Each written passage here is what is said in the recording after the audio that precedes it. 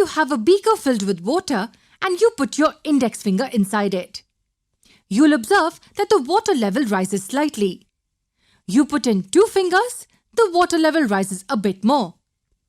And now when you put in your hand up to the wrist level, you'll see that the water level increases significantly. The ancient Greek mathematician Archimedes observed something similar when he got into a bathtub. When he got in, he realized that the level of water went up. In both the cases, you notice that the water is displaced by the object that goes in. Keep this thought in mind. We'll come back to it soon. In our previous videos, we've seen that when an object is placed in or on the fluid exerts a buoyant force on it which acts upwards. The Archimedes Principle goes just one step further in saying that the buoyant force applied by the fluid is equal to the weight of the displaced fluid. We can take a simple example to understand this. Take a 5 kg solid object and suspend it by a spring balance. The balance will read 5 kilograms. Let this be the first case.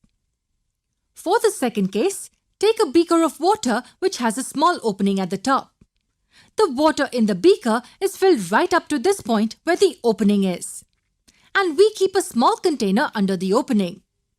Now slowly lower the solid object into the water and you'll see that the reading will be lower number as compared to the previous case. Why is that? It's because of the buoyant force acting on the object. You'd have also noticed that some water was displaced. Now in this context, we can say that the weight of this displaced water is equal to the magnitude of the buoyant force acting on the object. That's the Archimedes Principle. When an object is immersed fully or partially in a fluid, the upward force applied by the fluid on the object is the same as the weight of the fluid displaced by the object. Where is this principle applied? Can you think of examples? How do you think large steel ships float? It's simple. If the weight of water displaced by the vessel below the keel is equivalent to the vessel's weight, then everything above the keel will remain afloat. That's because the water too applies an upward buoyant force on the ship, which is same as the weight of the water displaced by it. There's just one important concept left in this section, and that's relative density, which we will cover in the next lesson.